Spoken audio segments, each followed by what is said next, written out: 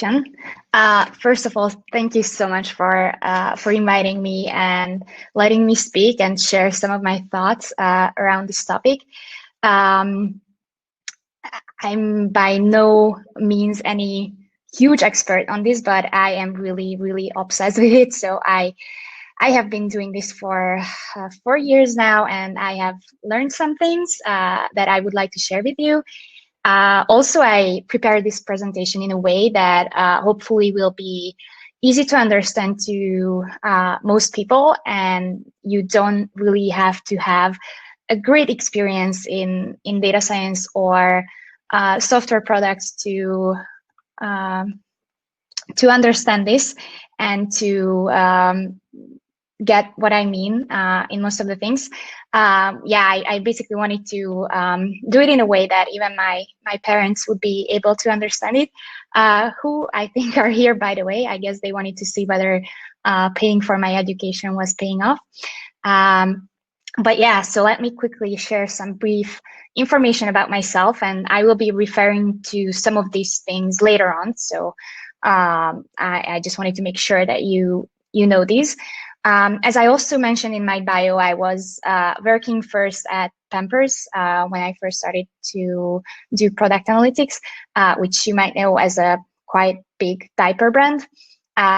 We were doing the loyalty app for them, and basically that was my first role as a product analyst. And then I later joined Skyscanner, which I think also most people know about, especially those who are big travelers. It is a website and an app where you can compare different flights and hotels and car hires, so you can find the best one for your upcoming trip. And then currently I am at Shaper3D, where we are trying to reinvent the CAD industry, which stands for computer-aided design. And if this is still not enough explanation, this is basically the apps where everything you see around yourself gets designed. So your computer, your phone, your table, pencil, etc. So you cannot really skip this if you want to design any product, physical product. So without further ado, let me go on. Oh, sorry.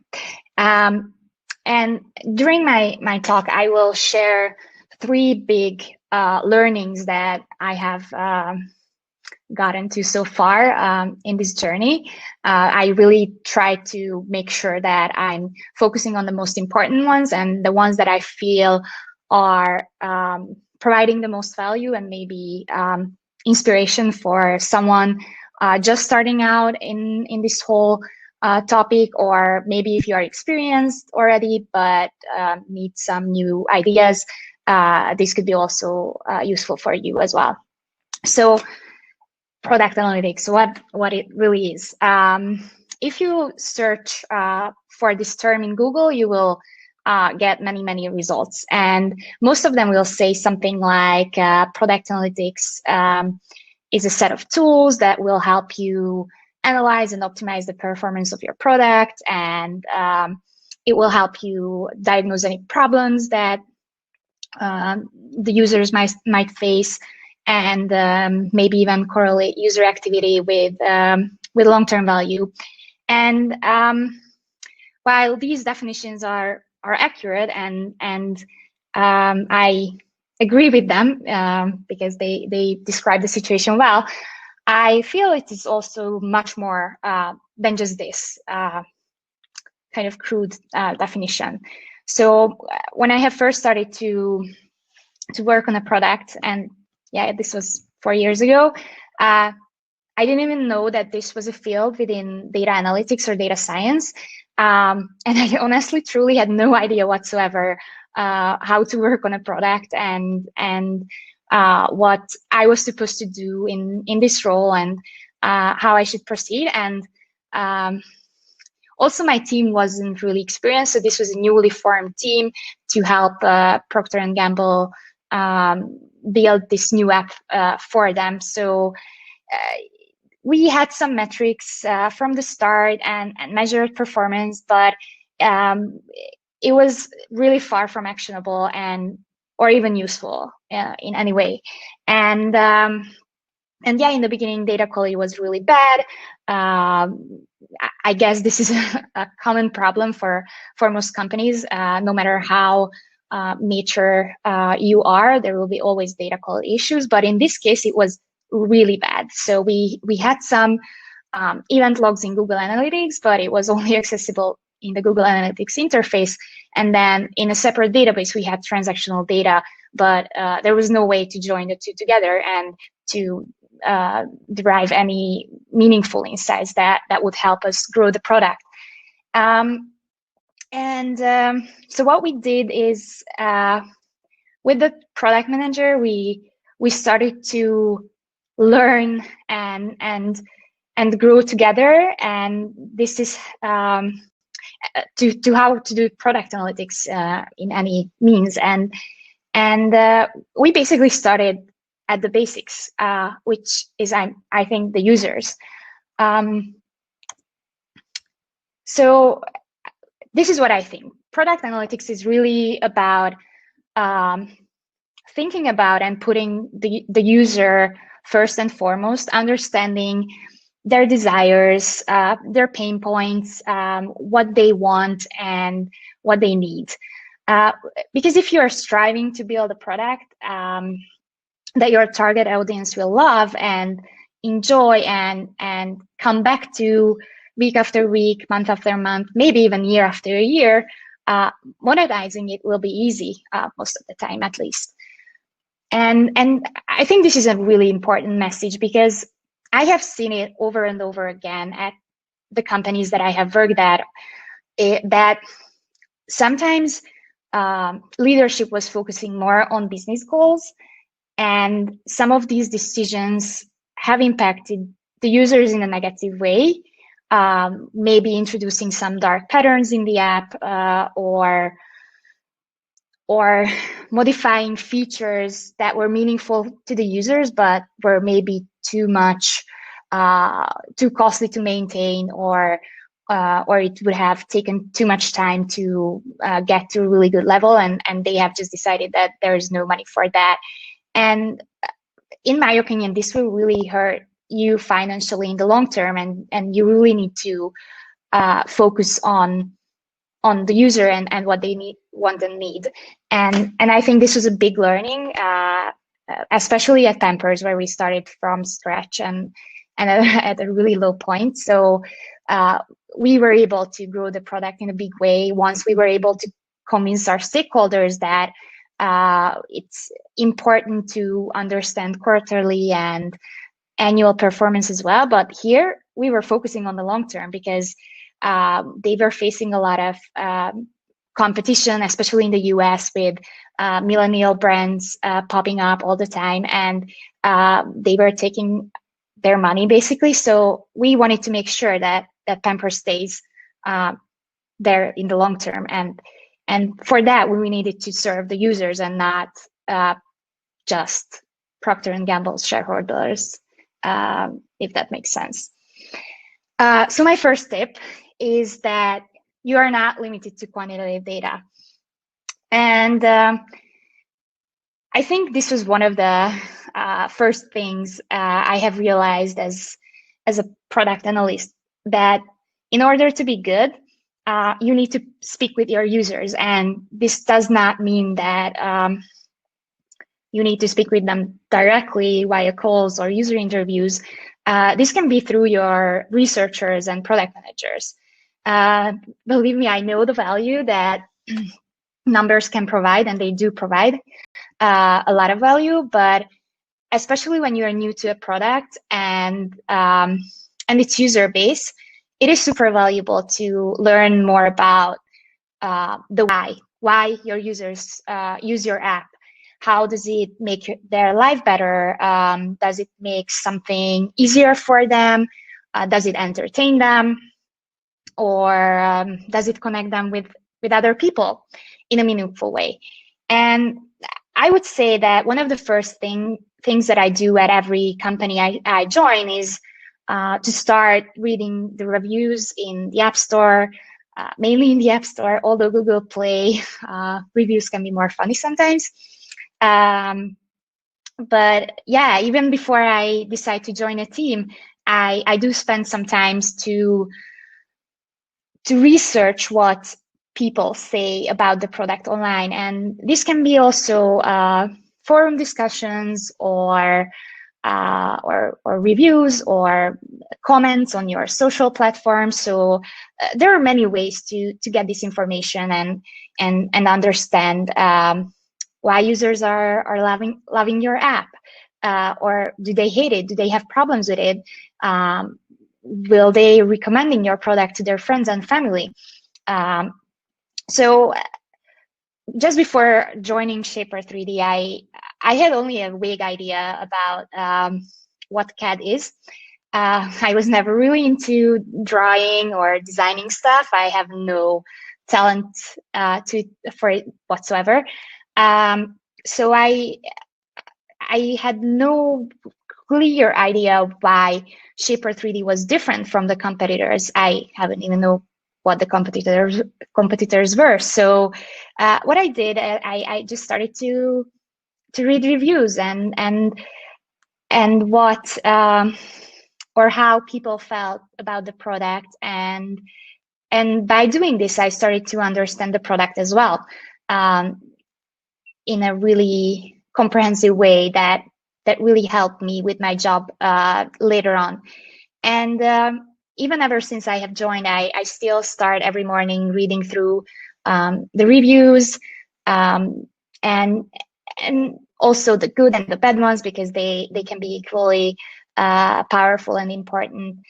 And also in all of my roles so far, I had a really close relationship with user research and product management, because hey, you are trying to achieve the same goals. So it's much easier if you continuously collaborate and support each other and learn from each other, because that's how you get from A to B. If you can learn to work together and help each other out when you need to. So my second tip is, and this might be controversial, but I stand by it. So I cannot emphasize enough that retention is the one to start with, always. Let me explain why I believe that and what I mean by that. So I have already talked a bit about Pampers, and I will continue this example with them. So retention was an important metric from the very beginning, but we were using it really out of context when we first started to work or build this product, basically.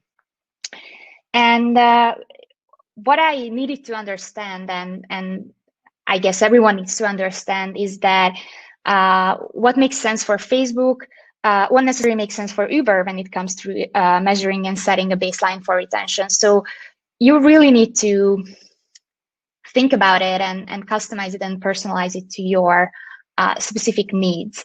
And if we stick to the Pampers example, and no worries, I will tell you no confidential information. I don't even think that I remember any anymore. But this was a simple app. So you purchased Pampers products, diapers or wipes. I think that those are the two that you can. You submitted a proof of purchase. This could be either a photo of the receipt with your purchase, or you could scan a product code that was in the package next to the diapers to validate the purchase. And then you received a certain amount of points depending on the product you have purchased and the quantity. And later on, you could redeem these points for different types of rewards, still within the app. So this seems easy enough, right? Yeah, but what should be the baseline for retention? So I had no idea about how this whole thing works. I think I was around 22 at the time, so I had no relationship with parenting or kids or changing diapers. So I wasn't even sure, like, how often do parents buy diapers? Is it daily, weekly, monthly? what sizes there are, how often do they change. These were like completely out of context for me, and I had no idea how it works. So yeah, I needed to understand, and this is one of the things that, for example, you can ask help from user research to answer these type of questions, and then try to focus on your work and implement it in a way that makes sense. So great, I have learned that usually most parents buy diapers every 1-2 weeks, which is great. But when I was looking at the data, I was seeing that users use the app in bursts. So they open it for 1-3 days straight, and then nothing for 2 weeks. There are a couple of explanations for that, but the moral of the story is not really why they opened the app. It's the moral of another story for another time. But the moral is that besides understanding what your baseline should be, it is equally, if not more important, to define what activity means for your app. So in case of Pampers, we, in the end, didn't really care about app opens, because that could happen for a plethora of reasons, and most of them we did not really care about because they did not really provide value for us. So in Pampers' case, it was scanning. So we wanted to make sure that the users are scanning again and again in a given time frame, because that meant that they are active users and they are retaining. At Skyscanner, which is, as I mentioned, a flight comparison website, we cared about searches and bookings. And why we cared about both is most people will not fly on a daily basis, not even a weekly basis. So we wanted to make sure that they are still engaging with our products, especially users who travel a lot and they plan their trips in advance, and maybe they plan trips for others as well. So we wanted to make sure that we are looking both of these metrics, or both of these user activity definitions when we talk about retention. And then with Shaper, we are currently deciding on what exactly the definition of user activity will be, but high level, it's going to be something about design. So again, we want users to come back and design in the app regularly and engage with the meaningful parts of the product. But whatever you decide on, both activity and frequency wise, this will be the building block of measuring your product's health. So yeah, I truly believe that this is where you start, and then you can build on top of it. So before I share my third and last tip, I will tell you another little story. So you might have heard of North Star metrics and OKRs and KPIs. It is pretty common to measure product performance within this framework, but just in case you're not totally familiar with it, let me summarize it quickly. So the North Star metric is basically your guiding light. This is what helps your company stay on track and keep you focused. And this is the single most important metric that you wish to influence in the long term. Mostly it is something monetary connected to the revenue, but not always. So again, this is something that you will have to decide for yourself, or maybe not you as an analyst, but you can support your leadership in deciding it. However, it's not really actionable. It takes a lot of time to influence it, and maybe even a lot of time to measure it, especially if you are looking at annual values. So you know, let's say you have an e-commerce website and you set the North Star as $100 million in annual revenue. So you need 1 year to collect the data, whether you achieve it or not. Of course, you will be seeing it after a few months, whether you are getting close or not. But yeah, to have the final result, you will have to wait 1 year. Therefore, most companies use a framework called OKRs, which stands for objectives and key results. And an objective is something like, if we stay with this fictional example, it could be improve UX on the website. Why? Because you think that if you improve the user experience while users are going through the checkout flow, it will increase conversion rates. More people will finish checking out and purchase your products, and less people will churn. Seems pretty straightforward again, isn't it? Well, not quite. You cannot really tell this to your engineers that, hey guys, please improve the UX on the website. Okay, thanks. They will just look at you and like, what? So you will need to set a key result or multiple ones. For example, in this case, you could say, hey, please improve load time by 200 milliseconds.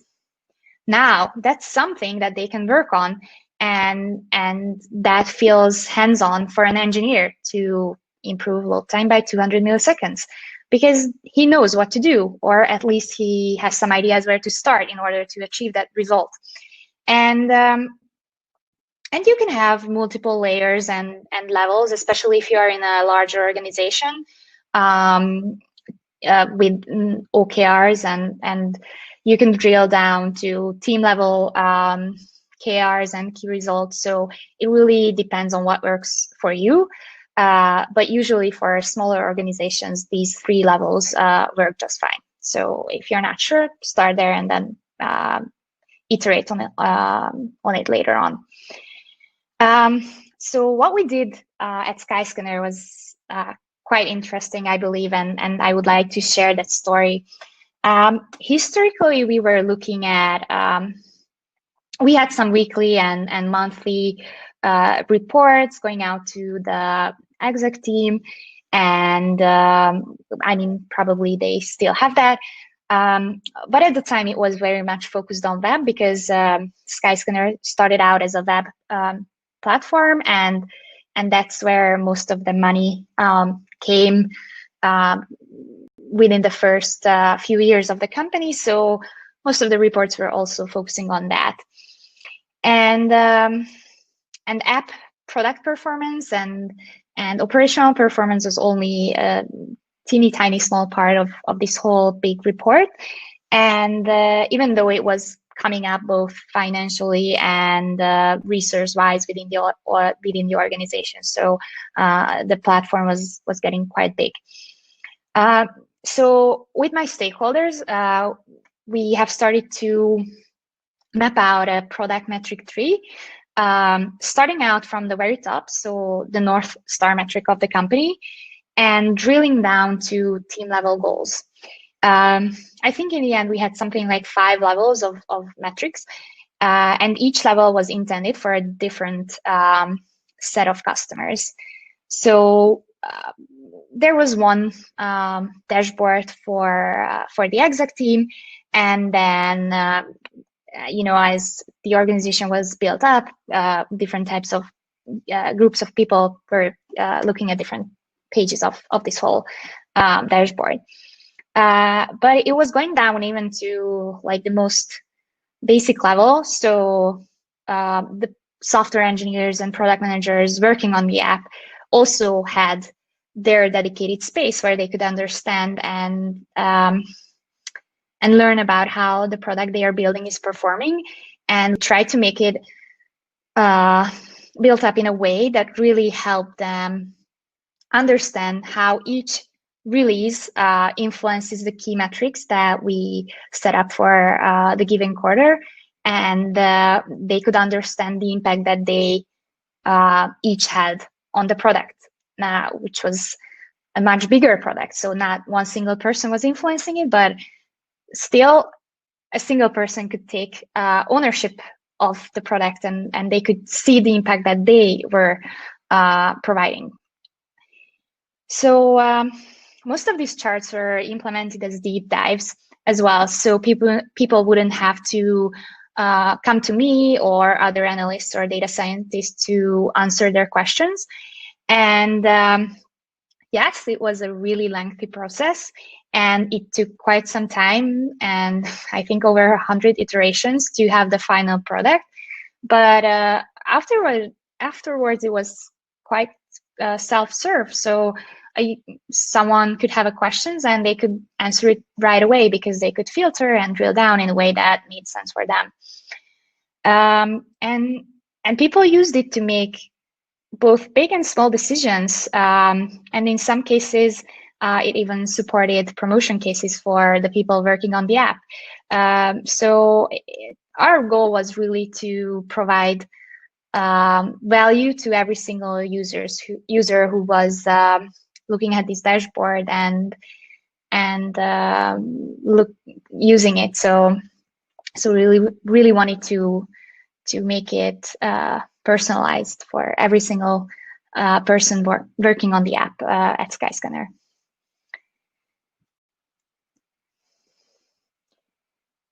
And last but not least, my third tip. So yes, there are many exciting things when you first start out on this journey, and a bunch of awesome stuff to explore. But what I highly recommend, especially because I've been through this and I have spent way too much time trying to solve problems that that were existing problems, and other people already faced these problems and blogged about it or written articles about it or YouTube videos. So I could have saved a lot of time if I was just not so stubborn and tried to solve everything on my own. So my third recommendation is to start looking at some well-established frameworks, like some of the ones that I have mentioned here are a great place to start. But especially when it comes to measuring product health, some of these will guide you really well on your journey and on your first few tries. And they can serve as a great inspiration. And even after a lot of years in this field, I still go back to look at frameworks and blogs to see whether someone else had already faced this specific issue or had this specific question. And I think you do not need to worry that you are not being original or something like that, because while these frameworks are very helpful and a great way to start, in almost no cases will you be able to use it one-on-one and just copy the code from the Medium article, paste it in your notebook, run it, and great, it works. So you will also always need to customize it and personalize it to your specific needs or your company's or product specific needs. This is never like a one-stop shop that you can just pick off the shelf and use it whenever. So there will be a lot of work for you, even if you do choose some of these frameworks to work with. And I think it will just make you a better data scientist or data analyst to learn about these and know when to apply them and when to apply which of these frameworks. So I think I'm right on time, 30 minutes, and this was my last slide. So thank you so much for listening. I really hope that I was able to inspire some of you or tell you some things that were maybe new, or at least maybe you smiled about some of my stories. But yeah, before we go to questions, I just wanted to highlight that we are hiring at Shaper. So please feel free to reach out to me via LinkedIn or go straight to shaper3d.com and check out the available jobs. We will be opening data science role, I think next week or something like that. But until then, if you're interested, you can just reach out to me and I can refer you to our recruiters. So yeah, thank you again, and let's have some questions.